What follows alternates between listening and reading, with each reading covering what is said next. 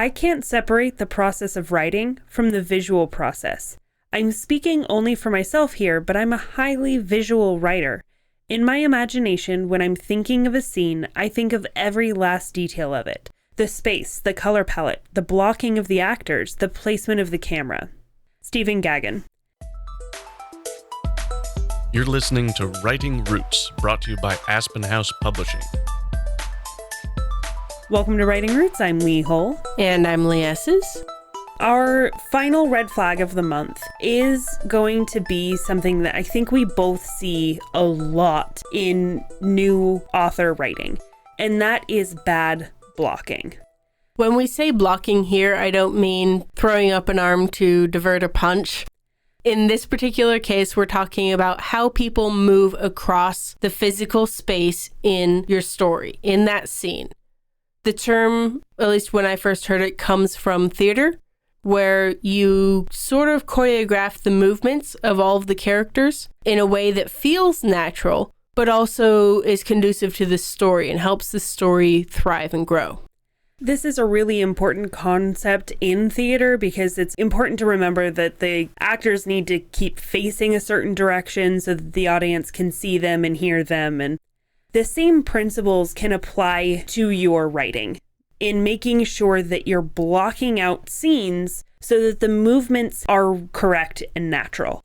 I have a really low tolerance for this one because my brain wants to act those things out. And when it doesn't make sense, I get frustrated.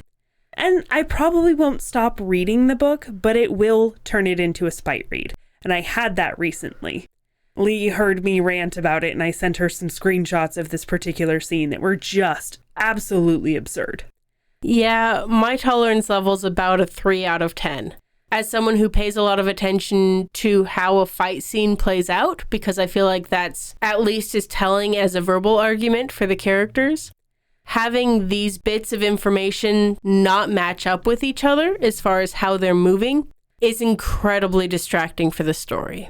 How the characters move within the world really can add depth to your story. It gives you a setting, and how they fidget or what they're doing with their hands or anything like that really makes a difference in conveying the personality of the character.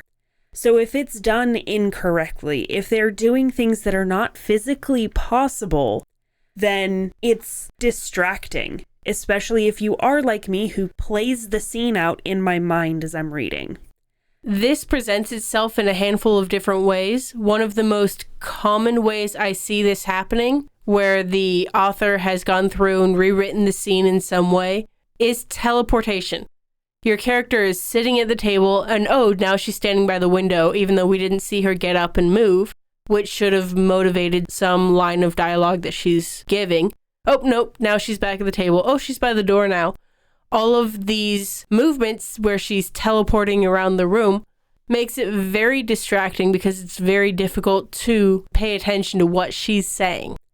Another major problem when you aren't properly blocking out a scene is that you end up with illogical fight scenes. It drives me nuts when somebody unsheathes a 6-foot-long sword from their back. Do you know the angles that would have to work for that in order to not get stuck in the sheath or accidentally lop off the back of your head? I've seen large daggers and such hanging from the front of their belt on men. I'm just like, oh, no. That's a recipe for disaster. That just reminds me of the Harry Potter. You don't stick it in your back pocket unless you want to blow off your buttocks. These types of fights, or even you're blocking my way to get to somewhere. Okay, now I'm going to get behind you and try to get you in the kidney. And instead of now my being closer to the place I'm trying to get to, I'm going to keep fighting you and go finish the circle or whatever else. Make sure there's logic in how your characters move in the fight scene. I will probably be cutting most of this out because this is something that I'll be rambling quite a bit about. This episode is going to be a little bit of a rant fest. Another problem with bad blocking is that sometimes you'll end up with characters just popping up out of nowhere. I actually had a problem with this in the last book that I published, and I can't remember what stage it was caught at, but I want to say it was after it got printed. Oh boy. That we finally caught that during my edits, I'd removed when this particular character entered the scene, and all of a sudden he's just there. And she's talking to somebody that nobody knows that he was in the room yet, and she's already talking to him. And it was a little bit of a nightmare situation for me to realize I'd made that mistake. And this really is a big problem in the editing process, making sure you're not removing those key elements of a character entering. Another thing that I will see fairly frequently is people's bodies moving in ways that bodies aren't supposed to be moving. Like, if I've got my hands on my hips and then I reach for something behind myself, it's a very awkward position. I can't reach up from there. Just the body doesn't move that way. I mean, if someone else is forcing it, yes, you can break an arm, chicken wing, all that. But like, for the most part, characters will only move in certain ways because that's how bodies move. That's how they bend. Joints are designed with a particular action in mind. Another thing to be careful about is accidentally reaching through people. I read a book recently where the whole blocking process was off because she was like kneeling on the counter and then she was sitting on the counter and then reaching behind her and then he reached. And the way for him to reach what she was trying to grab was basically having to reach through her because there just wasn't enough space for it to work out any other way. So it was just a really awkward process because the whole scene was blocked out incorrectly. You see a lot of this characters phasing through other characters in fight scenes as well, where the character is so fast that they just go through somebody. And it's like, no, there has to be a logic to the types of movement that they're doing. Romantic scenes in a similar way where, no, the body doesn't actually bend like that. Like, you need more space there for that type of a joint movement to occur.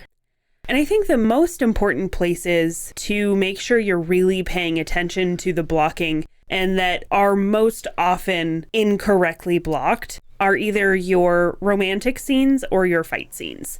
Those two things are just so easy to mess up if you don't know what you're doing. Because a lot of your character's movements are like a verbal argument. You're declaring intentions. There's a thing that you're doing with the movement that is character driven.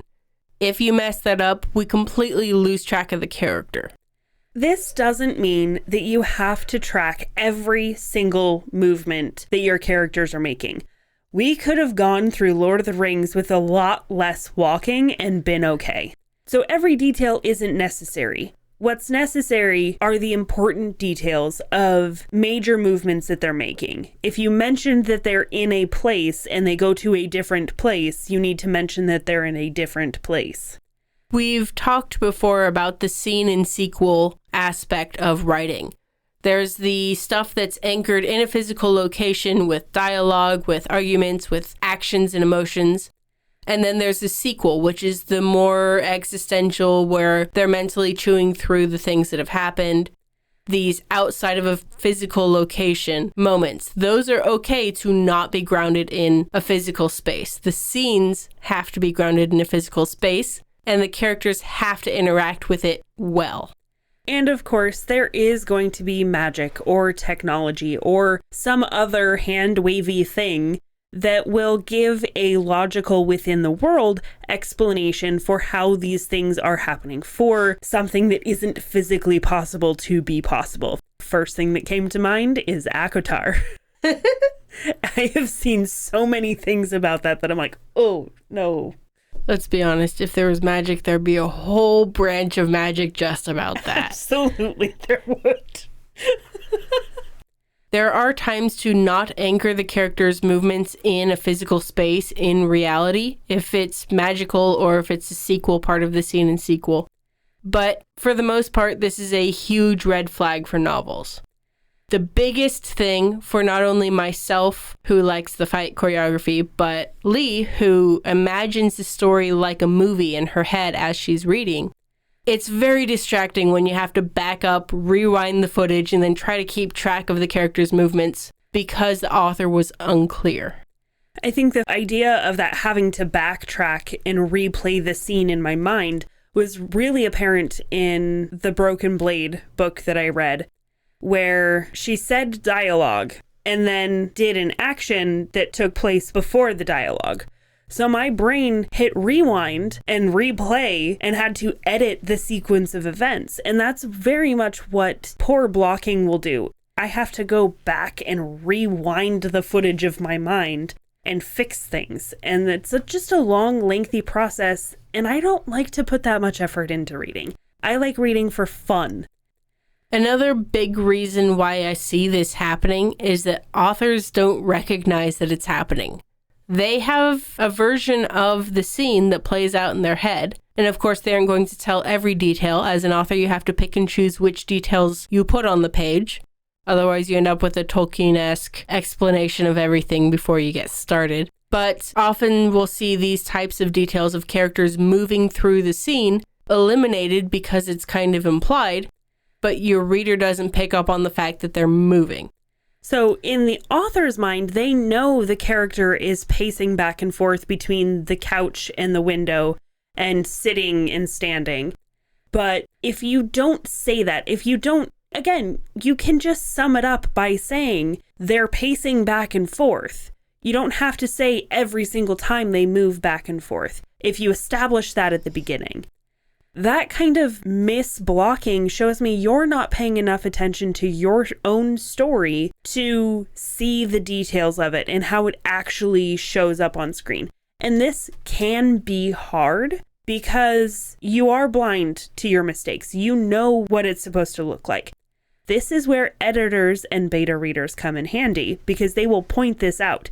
It was my readers who pointed out that my character just suddenly popped in out of nowhere. This is also a very easy issue to start occurring during the editing process, like it did for you, where it's decided this character doesn't need to be in the scene, and then they pop up and then they disappear again.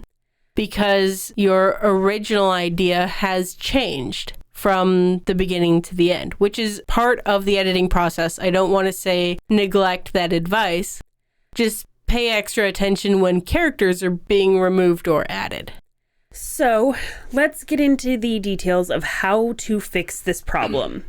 Whatever the issue is, show us what you were actually imagining.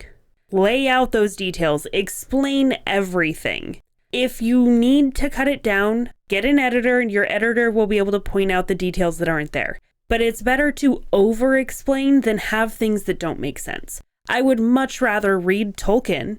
I love Lord of the Rings. I love Tolkien. I will read it, despite all of that length. Nerd. Yes. But I would rather have that than a story where nothing is making sense. And the easiest way to fix a lot of these issues is to make sure your characters have something in their hands. Ground them to the scene in some way. Give her a rolling pin. She's rolling out dough for cinnamon rolls. Great. And then she can point it at him when she gets angry at him. She can nibble on the dough in order to buy time for giving a proper response. She can interact with the props around her to communicate subtext. And you as the author are forced to keep her in a place because of how she's communicating with the props around her.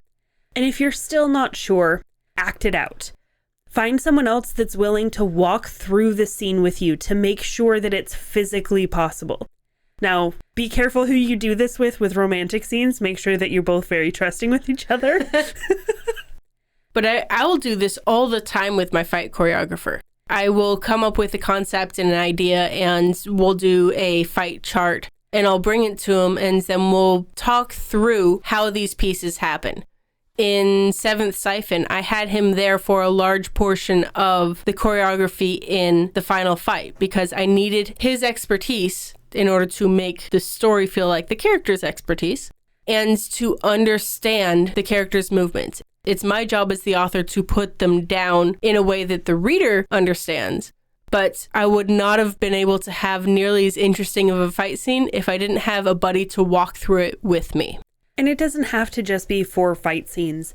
The scene that I was describing where she was kneeling on the counter and then sitting on the counter and reaching up and behind her to grab a drink and it almost falling, like that all could have been fixed if she'd spent a little bit of time walking through the physical movements of that and how it would actually work for these particular characters.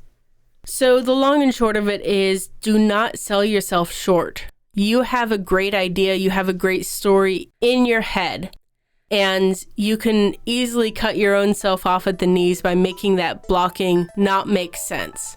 You know how it's happening. Take the time, do it right, and when you write about it, write selfishly.